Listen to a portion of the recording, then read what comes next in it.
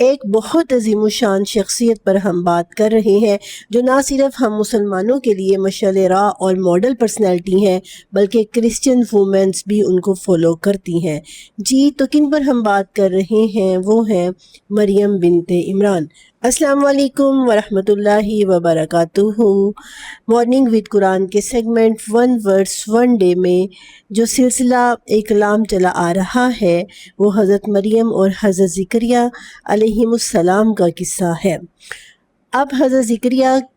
کی بات ختم ہونے کے بعد پھر حضرت مریم علیہ السلام کی بات شروع ہو جاتی ہے۔ اتنی عظیم پرسنالٹی، اتنی گریٹسٹ وومن ہے کہ مسلمان لڑکی، ہر وہ لڑکی جو ابھی ان میرڈ ہے، اس کے لیے حضرت مریم کی لائف میں بڑے ہی زیادہ لیسنز ہیں، بڑی ان کی امپریسو پرسنالٹی ہے، اور اتنی گریٹ پرسنالٹی ہے کہ اللہ تعالیٰ نے قرآن پاک میں 4 صورتوں میں 11 مرتبہ ان کا ذکر کیا ہے، اور پھر 16 بارے میں پوری ایک سورت ہے ان کے نام سے، سورت مریم، جو تیسری سورت ہے آل عمران، وہ ان کے والد کے نام پر ہے۔ وہ گریٹ پرسنالٹی، وہ عظیم عورت ہم سب کے لیے مشعل راہ ہے۔ ہم یہ دیکھتے ہیں کہ ان کو ایک عظیم مقام حاصل تھا، وہ گریٹسٹ وومن میں شامل ہوتی ہیں، لیکن اس کے ساتھ یہ بھی دیکھنے کی ضرورت ہے کہ ان کی لائف کس قدر کرائسس سے گزری، کس قدر صبر اور تحمل کا مظاہرہ انہوں نے کیا کہ ایک چھوٹی سی بچی بچپن میں یتیم بھی ہو چکی ہے، جب پیدا ہوئی ہے تو والد کا سایہ نہیں ہے، اور پھر جیسے ہی ہوش سنبھالتی ہے تو والدہ کو اپنی نظر پوری کرنی ہے۔ اب ہمارے ہاں جو ہے وہ بچوں کو اسکول چھوڑ کے ہم آئیں، اور بیٹیوں کے لیے تو خاص طور پر ہم کتنے کیئرنگ ہوتے ہیں، ہم کتنے پریشان ہوتے ہیں، اور یہاں پر ایک والدہ مسجد کے سپرد کر رہی ہیں اپنی بیٹی کو، شب و روز یہیں پر گزارنے ہیں، تو ان کی لائف میں بڑے زیادہ ہمیں ایسے موقع ملتے ہیں جہاں پر انہوں نے صبر و تحمل کا مظاہرہ کیا، اور پھر دنیا کی کوئی علائشیں نہیں ہیں، خواہشات کس کے اندر نہیں ہوتی، اپنے آپ کو خواہشات سے پاک کر کے اللہ کے لیے انہوں نے وقف کر دیا۔ آئیے پہلے قرآن کی یہ آیات دیکھتے ہیں جو ہم پڑھ رہے ہیں، پھر آگے چلتے ہیں۔ الحمدللہ رب العالمین والصلاة والسلام علی سید المرسلین وعلی آلہ وصحابہ اجمعین، اما بعد، اعوذ باللہ من الشیطان الرجیم، بسم اللہ الرحمن الرحیم۔ وَإِذْ قَالَتِ الْمَلَائِكَةُ يَا مَرْيَمُ إِنَّ اللَّهَ اصْطَفَاكِ وَطَهَّرَكِ وَاصْطَفَاكِ عَلَى نِسَاءِ الْعَالَمِينَ يَا مَرْيَمُ اقْنُتِي لِرَبِّكِ وَاسْجُدِي وَارْكَعِي مَعَ الرَّاكِعِينَ ذَلِكَ مِنْ أَنْبَاءِ الْغَيْبِ نُوحِيهِ إِلَيْكَ وَمَا كُنْتَ لَدَيْهِمْ إِذْ يُلْقُونَ أَقْلَامَهُمْ أَيُّهُمْ يَكْفُلُ مَرْيَمَ وَمَا كُنْتَ لَدَيْهِمْ إِذْ يَخْتَصِمُونَ۔ اور جب فرشتوں نے کہا کہ اے مریم، بے شک اللہ تعالیٰ نے تمہیں چن لیا ہے، وَطَہَّرَكِ اور تمہیں پاک کیا ہے، وَاصْطَفَاكِ اور تمہیں چن لیا ہے، عَلَى نِسَاءِ الْعَالَمِينَ جہان کی عورتوں پر۔ اے مریم اقنتی فرما برداری اختیار کرو، لربکی اپنے رب کے لیے، واسجدی اور سجدہ ریز ہو جاؤ، وارکعی اور رکوع کرو، مع الراکعین رکوع کرنے والوں کے ساتھ۔ ذالک من انباء الغیب یہ غیب کی خبریں ہیں، نوحیہ الیک جو ہم آپ کی طرف وحی کر رہے ہیں، وما کنت لدیہم آپ اس وقت ان کے پاس نہیں تھے، اس جب یلقون اقلامہم وہ اپنی کلمیں ڈال رہے تھے، ایہم یکفل مریم کہ ان میں سے کون مریم کی کفالت کرے گا، وما کنت لدیہم اور نہ ہی آپ اس وقت تھے، اس یختصمون جب وہ جھگڑا کر رہے تھے۔ ان آیات مبارکہ میں جو بات سب سے پہلے سمجھنے کی ضرورت ہے وہ یہ ہے کہ ان اللہ اصطفاکی بے شک اللہ نے تمہیں چن لیا ہے۔ اللہ کسی کو کب چنتا ہے؟ آج ہم کہتے ہیں، اکثر لوگوں سے بات کریں نا،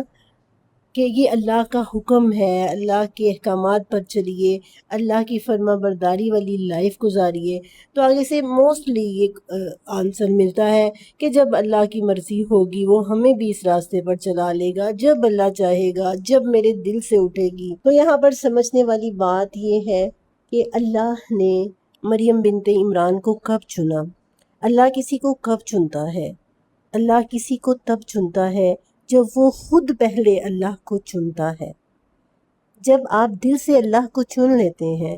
جب آپ دل میں نیت کر لیتے ہیں کہ میں نے اللہ کی فرما برداری والی زندگی گزارنی ہے، تو پھر اللہ بھی آپ کو چن لیتا ہے۔ آپ دیکھیے مریم بنت عمران کی والدہ نے پہلے ارادہ کیا تھا کہ میں مریم کو اللہ کے راستے میں وقف کرتی ہوں۔ ان کی والدہ کے اندر ایک جذبہ تھا، یہی جذبہ انہوں نے اپنی بیٹی کو دیا، تو پھر اللہ نے بھی چن لیا۔ حدیث قدسی میں آتا ہے، اللہ تعالیٰ فرماتے ہیں کہ میرا بندہ میری طرف جب ایک بالشت آتا ہے تو میں 2 بالشت آتا ہوں، وہ چل کر آتا ہے، میں دوڑ کر آتا ہوں۔ تو پہلے یہ ضروری ہے، اللہ کسی کو چنے اس سے پہلے اسے اپنے رب کو چننا پڑے گا، اسے لوگوں کو چھوڑ کر اللہ کو چننا ہوگا، پھر اللہ تعالیٰ بھی چنتا ہے۔ تو اللہ نے مریم کو چن لیا کیونکہ ان کی والدہ کی نیت خالص تھی اور انہوں نے بیٹی کو اس چیز کے لیے تیار کیا، اور پھر اللہ تعالیٰ نے فرمایا کہ یا ان اللہ اصطفاکی، بے شک اللہ نے تمہیں چنا ہے، اور طہرہ کی، اور پاک کیا ہے دنیا کی خواہشات سے، دنیا کی علائشوں سے اللہ نے پاک کر لیا ہے، یعنی اپنے گھر کے لیے قبول کر لیا ہے۔ اور پھر جو دوسرا کہا نا وصطفاکی، یہ جو پہلا استفاقی ہے، اسکالرز کہتے ہیں یہ والا استفاقی مریم کی اپنی شان کے بارے میں ہے کہ اللہ نے ان کی اور ان کی والدہ کی قربانی کو قبول کیا، اللہ نے انہیں چن لیا اپنی عبادت گزاری کے لیے۔ اور دوسرا جو ہے نا وصطفاکی، اور اللہ نے تمہیں چنا ہے علی نساء العالمین، یعنی یہ والدہ عیسیٰ ہونا ہے، حضرت عیسیٰ علیہ السلام جو بغیر باپ کے، اللہ نے انہیں چنا کہ یہ پاکیزہ لڑکی بغیر کسی مرد کے چھوئے ماں بن جائے گی، ایک بچے کو جنم دے گی، اور وہ بچہ کوئی عام بچہ نہیں ہوگا، وہ نبی ہوگا۔ اور اس میں ایک بہت بڑا لیسن ہے، یہ ایک بات آج نوٹ کر لیجئے کہ مریم بنت عمران رول ماڈل ہے ان میرڈ لڑکیوں کے لیے، اور آسیہ زوجہ فرعون وہ رول ماڈل ہے میرڈ لڑکیوں کے لیے۔ تو ان میرڈ لڑکیوں کے لیے مریم بنت عمران کی شخصیت میں بڑی زیادہ جو سیکھنے کی چیزیں ہیں۔ یہاں پر تو یہ کہا نا کہ فرشتہ آتا ہے اور ان کو خوشخبری دیتا ہے، اور سورۃ مریم میں آتا ہے کہ حضرت مریم گھبرا جاتی ہیں کہ یہ کون اجنبی ہے جو میرے پاس آیا ہے۔ تو ایک عورت کے پاس کسی اجنبی کا آنا، یا ایک عورت کا کسی اجنبی کے علیحدگی میں، تنہائی میں کسی غیر مرد کا ہونا، یہ جائز ہے ہی نہیں۔ یہاں سے یہ بات ثابت ہوتی ہے، مریم کے گھبرانے سے یہ بات ثابت ہوتی ہے کہ مرد اور عورت تنہا نہیں ہو سکتے۔ حدیث میں آتا ہے جب بھی وہ تنہا ہوتے ہیں تو تیسرا ان میں شیطان ہوتا ہے جو عورت کی طرف سے پہل کرتا ہے۔ آج ہم بہانہ بناتے ہیں کہ جی درس و تدریس کے لیے، درس و تدریس کے لیے بھی اگر ہو تو اس میں جو ہے وہ اکیلے نہیں ہونا چاہیے، مرد اور عورت کو اور لوگ بھی ساتھ بیٹھے ہوئے ہوں، جیسے اور اسٹوڈنٹ ہوں، یا اگر کوئی کیمرے پہ موجود ہے، ریکارڈنگ ہو رہی ہے تو وہاں پر بھی اور لوگ موجود ہوں تو پھر تو ٹھیک ہے، لیکن جو وہ تنہائی والا معاملہ ہے وہ نہیں ہونا چاہیے۔ اور پھر اس میں ایک سیکھنے کی چیز یہ ہے کہ جب آپ خود کو اللہ کے لیے وقف کرتے ہیں، جب آپ مریم بنت عمران کے راستے پر چلتے ہیں، تو پھر اللہ کی طرف سے آؤٹ آف سیزن فروٹس بھی آتے ہیں، اور عیسیٰ ابن مریم جیسے فرزند بھی اللہ رب العزت نے، یعنی نیک اولاد سے بھی اللہ تعالیٰ نوازتا ہے۔ تو اسی لیے مریم کی پرسنالٹی جو ہے وہ ایک رول ماڈل ہے۔ اور پھر یہ جو کہا نا کہ تمہیں جہان والوں کی عورتوں پر چنا، اب اس میں کچھ لوگ یہ بھی کوشچن کرتے ہیں کہ کیا پورے جہان کی عورتوں پر سب سے زیادہ فضیلت حضرت مریم کی ہے؟ تو اس میں 2 رائے پائی جاتی ہیں۔ ایک تو اس سے مراد یہ ہے کہ مریم صرف وہ عورت نہیں ہے جن کو اللہ تعالیٰ نے چنا تھا، بلکہ ہمیں بہت سی احادیث سے یہ پتہ چلتا ہے کہ اللہ تعالیٰ نے فرمایا کہ کامل من الرجال کثیر ولم یکمل من النساء، کہ مردوں میں سے تو بہت سے کامل ہوئے ہیں لیکن عورتیں چند ہی کامل ہوئی ہیں، جن میں مریم بنت عمران اور آسیہ زوجۃ فرعون اور خدیجہ بنت خویلد اور عائشہ کی فضیلت ان ساری عورتوں پر ایسے ہے جیسے سرید کھانے کی عام کھانوں پر۔ اور پھر ایک اور حدیث سے ثابت ہے کہ رسول اللہ صلی اللہ علیہ وسلم نے حضرت فاطمہ رضی اللہ تعالیٰ عنہا کو جنت کی عورتوں کی سردار قرار دیا ہے۔ تو یہ جو مریم علیہ السلام کو کہا تو اس سے 2 رائے ہو سکتی ہیں۔ ایک یہ کہ جو چنی ہوئی عورتیں ہیں، بھر کی عورتوں پر جو چنی ہوئی عورتیں ہیں ان میں مریم علیہ السلام بھی شامل ہے، اور دوسری رائے یہ ہو سکتی ہے کہ ان خواتین کے آنے سے پہلے یا اپنے دور کی خواتین میں حضرت مریم کی فضیلت سب سے زیادہ ہے، تو دونوں رائے ہی جو ہے وہ بہترین ہے۔ اس کے بعد پھر اللہ تعالیٰ فرما رہے ہیں کہ اے مریم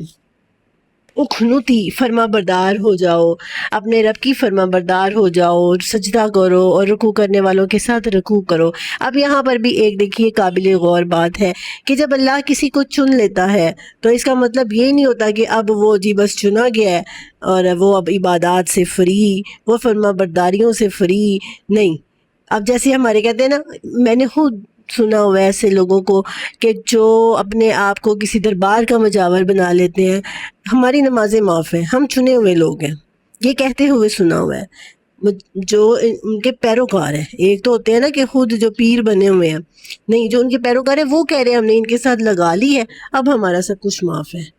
اور قرآن ہمیں کیا بتا رہا ہے؟ مریم علیہ السلام کو چننے کے بعد بھی اللہ کہہ رہا ہے کہ اے مریم فرما برداری کرنی ہے، اے مریم رکوع و سجود کرنے ہیں۔ اور یہی چیز ہمیں نظر آتی ہے کہ 10 وہ صحابہ کرام جن کو اللہ کے نبی نے جنت کی خوشخبری دے دی ہے دنیا پر، لیکن اس کے باوجود بھی وہ ہر وقت ڈرتے تھے، ہر وقت نیکیاں کرتے تھے، ہر وقت اللہ کی فرما برداری کرنے میں سب سے آگے ہوتے تھے۔ بدری صحابہ کرام، غزوہ بدر میں شریک ہونے والے، اللہ تعالیٰ نے قرآن پاک میں فرمایا کہ جو غزوہ بدر میں شریک ہوئے ہیں ان سب کو معافی نامہ دے دیا، جہنم سے رہائی کا پروانہ دے دیا، فرمایا یہ سب معاف ہے، ہجرت کرنے والوں کو میں معاف کرتا ہوں۔ لیکن وہی لوگ پھر احد میں بھی شریک ہوئے، وہی لوگ پھر باقی غزوات میں بھی شریک ہوئے، یعنی جہاد چھوڑا نہیں، فرما برداری چھوڑی نہیں، اللہ سے ڈرنا چھوڑا نہیں، پھر بھی خود کو سب سے زیادہ گنہگار سمجھتے رہے، پھر بھی نمازوں میں اللہ کے خوف سے، خشیت الہی سے روتے رہے،